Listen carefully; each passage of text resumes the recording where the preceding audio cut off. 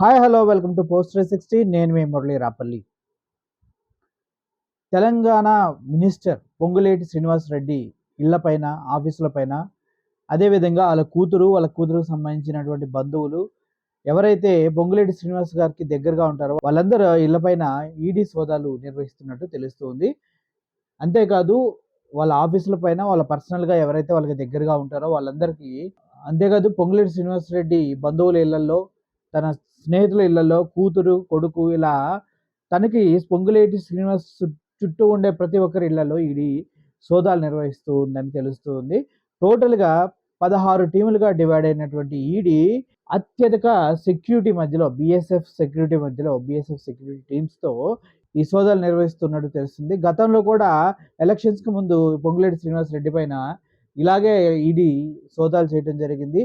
దీనికి కారణం ఏంటంటే మనీ లాండరింగ్ సంబంధించి చాలా కేసులు తన పైన ఉన్నాయనేసి అటువంటి ఇన్ఫర్మేషన్ వాళ్ళ వరకు వచ్చింది కాబట్టి ఈడీ ఇటువంటి సోదాలు చేయడానికి వచ్చిందనేసి చెప్తూ ఉన్నారు. అంతేకాదు ఖరీదైన లగ్జరీ వాచెస్ ఉండటంతో పాటు అటు ఫార్మా, ఇటు రియల్ ఎస్టేట్, అంతేవిధంగా రాఘవ కన్స్ట్రక్షన్స్ అనే కన్స్ట్రక్షన్ కంపెనీ వీటన్నిటిపైన ఏకకాలంలో సోదాలు చేస్తున్నట్టుగా తెలుస్తూ ఉంది. పొంగులేటి శ్రీనివాసరెడ్డి గారు తెలంగాణలో ఇటు రెవెన్యూ మినిస్టర్ గాను, అటు గృహ నిర్మాణ శాఖ, రెండు శాఖల్ని తన చేతిలో పెట్టుకొని ఉన్నారు పొంగులేటి శ్రీనివాస్ గారు.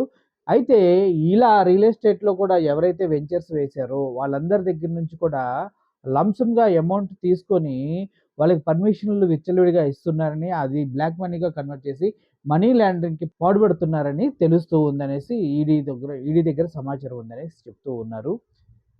అయితే టోటల్గా ఇప్పుడు ఇక్కడ ఖమ్మంలో తన ఇంట్లో, అదేవిధంగా జూబ్లీ హిల్స్లో, ఇప్పుడు నందగిరి హిల్స్లో ఉన్నటువంటి పొంగులేటి శ్రీనివాస్ ఇంటితో పాటు సదరు ఎన్ని ఆఫీసులు అయితే అన్ని ఆఫీసుల్లో కూడా ఈ సోదాలు జరుగుతూ ఉన్నట్టుగా తెలుస్తూ ఉంది. నిన్న ఉదయం నుంచి మొదలైన సోదాలు ఇప్పటి వరకు కూడా కంటిన్యూ అవుతూనే ఉన్నాయి.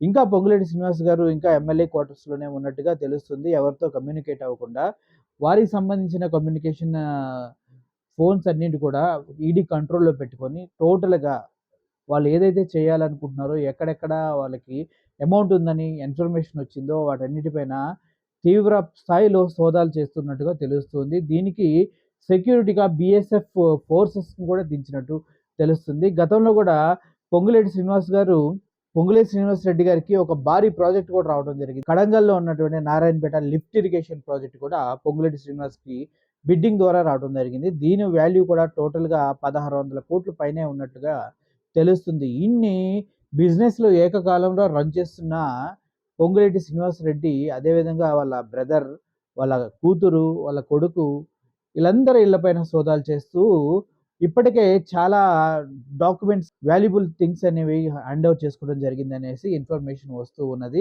ఏది ఏమైనప్పటికీ పొంగులేటి శ్రీనివాసరెడ్డి పైన ఈడీ దాడులు జరగడం ఇది రెండోసారి. ఎలక్షన్ ముందు నవంబర్లో కూడా ఇలాగే తన పైన దాడులు జరిగాయి. అప్పుడు ఏమీ దొరకలేదని చెప్పినప్పటికీ ఇప్పుడు మాత్రం కంపల్సరీగా ప్లేసెస్ ఎక్కడైతే వీళ్ళు బ్లాక్ మనీ దాచారో అటన్ని ఆ ప్లేసులతో సహా ఇన్ఫర్మేషన్ తీసుకొని వచ్చినట్లుగా సమాచారం అందుతుంది. ఇది బీజేపీ పార్టీ కక్ష సాధింపు చర్యగా కాంగ్రెస్ పార్టీ నాయకులు చెప్తూ ఉన్నారు. ఎందుకంటే తెలంగాణలో కాంగ్రెస్ పార్టీ అధికారంలోకి వచ్చినప్పటి నుంచి బీజేపీకి కంటి మీద కొనుగు లేకుండా పోయింది.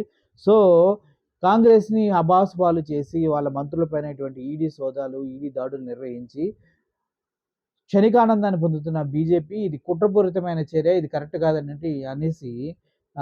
కరెక్ట్ కాదనేసి సీతక్క అండ్ చాలామంది తెలంగాణ కాంగ్రెస్ నాయకులు ముక్తకంఠంతో చెప్పడం జరుగుతుంది. ఏది ఏమైనప్పటికీ పొంగులేటి శ్రీనివాస్ ఇంటిపైన, ఆఫీసులపైన దాడులు మాత్రం చాలా చాలా పగడ్బందీ ప్లాన్తో, క్లారిటీ ఇన్ఫర్మేషన్తో వచ్చినట్టుగా అయితే తెలుస్తుంది. ఈ రోజు సాయంత్రానికి ఏమన్నా ఒక లెక్క పత్రం అయితే మీడియాకి ఏమైనా రిలీజ్ చేస్తారేమో చూడాలి.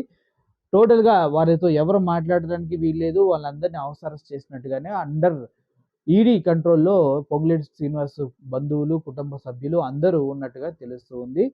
టోటల్గా పెద్ద త్రిమింగళాన్ని పట్టాలనేసి ఈడీ చాలా పకడ్బందీ ప్లాన్తో ఢిల్లీ నుంచి రావడం జరిగింది. చూద్దాం ఏమవుతుందో. బీజేపీ, కాంగ్రెస్ వాళ్ళు అభియోగాలు చేస్తున్నట్టుగా బీజేపీ కక్ష సాధింపు చర్య అయితే మాత్రం దీన్ని తీవ్ర స్థాయికి తీసుకెళ్తారు. లేదు ఏమీ దొరకలేదంటే మాత్రం పొంగులేటి శ్రీనివాస్ గారు పొంగులేటి శ్రీనివాసరెడ్డి గారు సేఫ్ జోన్‌లో ఉన్నట్లే. కాపోతే ఇందుట్లో మనం ఆలోచించవలసిందేంటంటే, రెవెన్యూ డిపార్ట్‌మెంట్‌లో డబ్బులు ఉంటాయి. అదేవిధంగా గృహ నిర్మాణ శాఖలో డబ్బులు ఉంటాయి.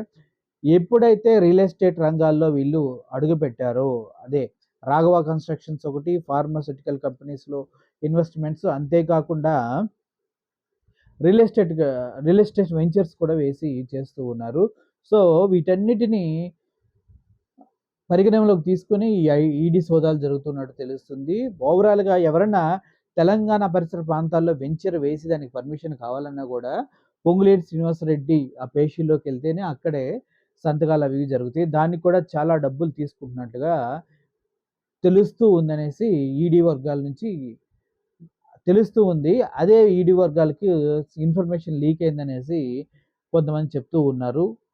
So, what ever it is టోటల్‌గా తెలంగాణ కాంగ్రెస్ పైన బీజేపీ నేతలు గుర్రుగా ఉన్నారు. దాంట్లో కక్ష సాధింపు చర్యగానే ఈ ఈడీ సోదాలన్నీ జరుగుతున్నట్టుగా తెలుస్తున్నాయి.